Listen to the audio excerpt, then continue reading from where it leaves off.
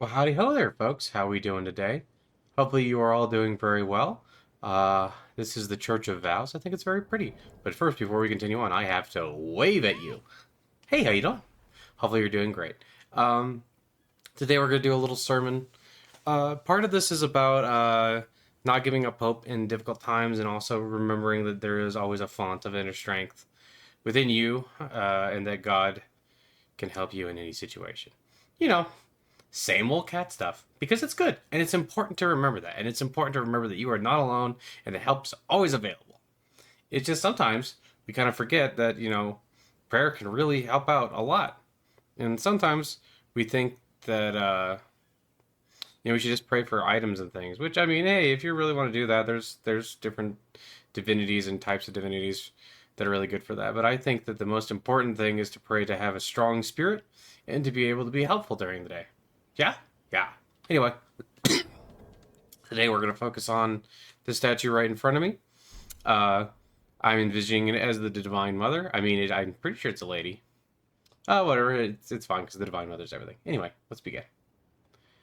Oh, sweet Divine Mother, please guide us. Guide us from the unreal to the real. Guide us from darkness unto light. And guide us from death to immortality. O sweet Divine Mother, guide us so that we may be tools to help one another and to bring love about in the world. Guide us so that we may demonstrate your love to everyone we meet. Guide us so that we may see the face of Krishna in everyone we pass by. Let us see the footsteps of Christ in everyone who walks by us. Let us see the glory and love that is inherent within this universe. Let us see the truth beyond the veil. Let us always come back to you. Let us always be a boon to those around us, and let's be a boon through your power, Ma Kali. Let us always come back to you, sweet Mother. We wish for nothing but peace, and we wish for nothing but to get closer to you, and to step towards you, and to embrace you at all times. Thank you, Divine Mother, for everything you've given us. Please, please guide us, and please bless us. Bless everyone who sees this video, and bless everyone across the whole world. Let us have these days of peace, and let us have these days of reflection and love. Om Krim Mahakalikayi Namaha. Okie dokie, artichoke. Man, I recently just got back from a little vacation. It was a lot of fun. But sometimes when you come back from a vacation, you realize how nice it is to be home and how nice it is to be by your like regular shrine and things like that. However, I still prayed and meditated while I was on vacation, so that was good. But you know, it kind of put me in a different mindset. And when I came back, I realized that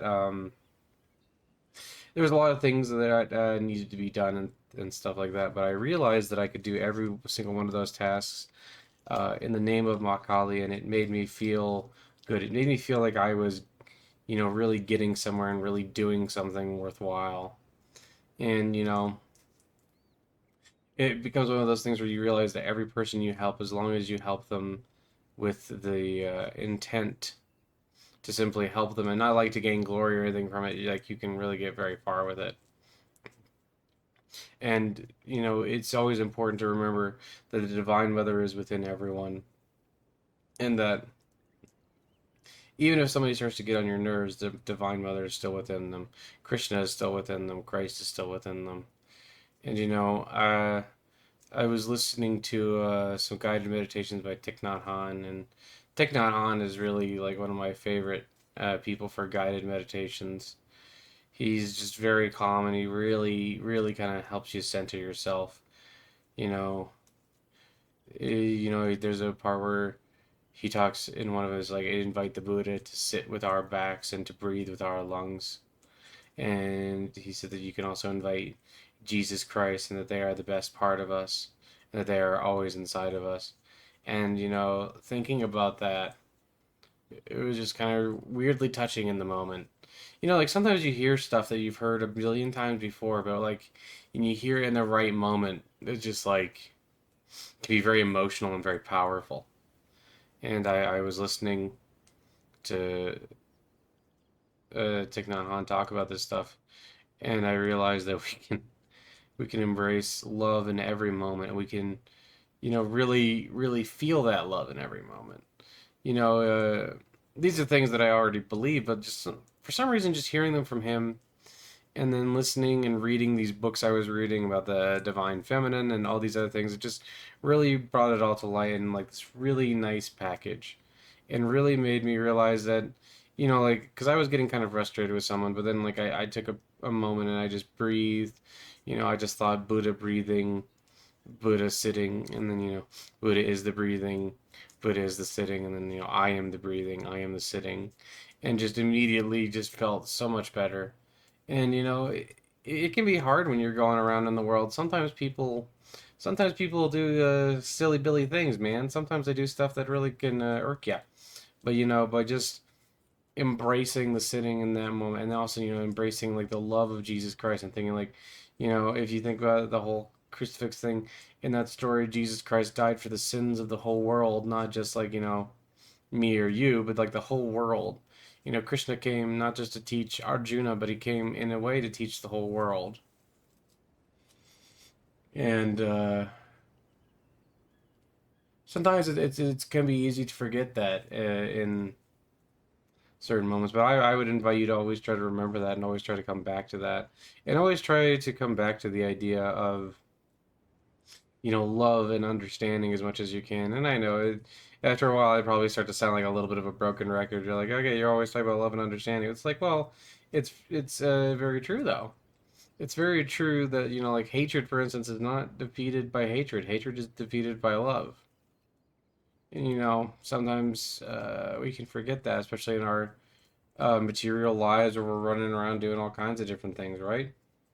And sometimes it's easy to forget that uh, it's the importance of like prayer or meditation for some of us. Some of us have a really hard time. It's like you miss one day and then they don't want to pray or meditate anymore. It's like, well, you got to keep up with it. You got to keep trying. And it's like, just even if you just miss a day, you should always come back to it.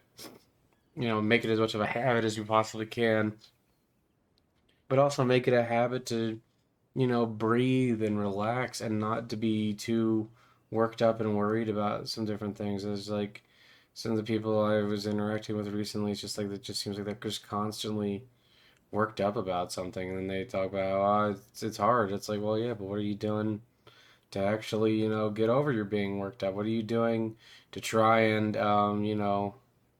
do anything about it? And it's like, well, if you don't do anything about it, it can make it a lot harder. And it's sort of like how, with prayer and with the mystical tradition and with all these other things, if you don't, you can talk about a lot, but you need to actually do something. Like you need to meditate, you need to pray, you need to do mantra recitation, japa. You need to do activities.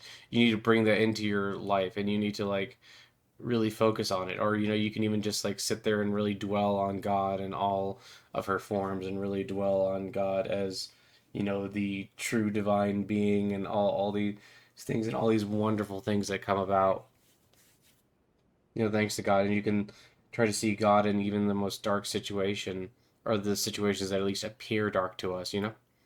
Like, it's important to actually go out and do things. It's also important to like refocus your mind occasionally. It's interesting if you watch folks who, especially, get real upset. How often it's just like from stimuli to stimuli. Oh, one stimuli was kind of bad, so now I'm going to be in a bad mood. Oh, one stimuli was good, so now I'm going to be in a good mood. It's like, well, what you should try to do is cultivate that underlying goodness and that underlying happiness underneath all things. Like you should remember that God is present in all things, right? But you should also like remember to breathe and enjoy the breathing.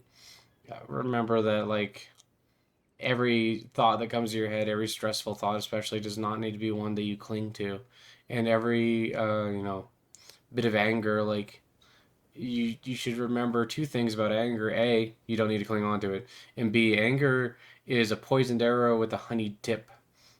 It can feel kind of good in the moment to get angry, but the truth is that it poisons you over time, and it rots you from the inside. And you shouldn't give ground to anger. Like I often talk about, like planting the seeds of love in our hearts and letting those sprout. We want the seeds of love to sprout, not the seeds of hatred.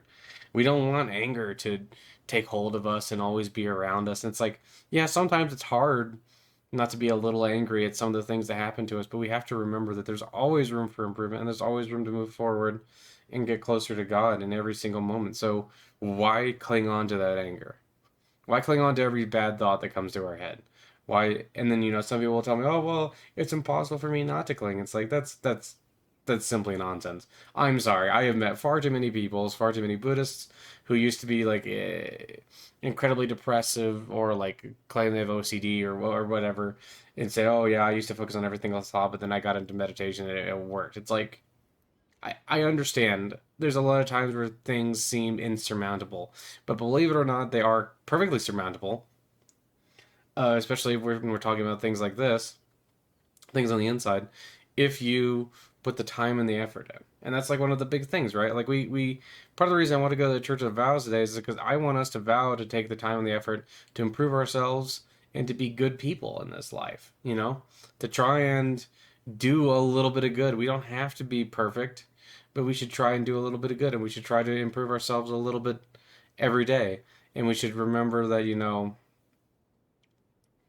the Buddha is within us, the Christ is within us, Makali is within us. They're all within us. And anytime we need to tap into that energy, we can just imagine them sitting inside of us and just look at that image and just keep it in our hearts. Like we don't have to constantly go to a church or anything like that. Church can be nice, or so can temple or whatever, but what we really need to do is keep that sweetness of God inside of us and understand that there are things that we can surpass and supplant by embracing God in every moment. You know what I mean, Jimmy Dean? Anyway, that's just some things I wanted to say today, and I thought they were important. And to remember that you should always turn yourself back to God whenever you find yourself away. And even if you're in meditation, you're like, oh man, I'm only able to like completely focus on the breath for a few seconds, like, and you have a moment where you realize, oh, I'm not focusing on the breath. You got to think of that moment as like a little enlightenment, because you know what that means? That means that now you realize you're not focusing on the breath. You can turn and focus back on the breath. When like you have a moment where you realize you're not focusing on God in the way you'd like to, boom, now you realize you're not, and you can do it again. And it's this constant process, and it gets easier and easier, and it's just so beautiful and wonderful. And we have this potential within us, uh, and so many of us just don't do anything with it. And I understand it can be very difficult, and especially if like you haven't had the teachings at the time, it can be very difficult.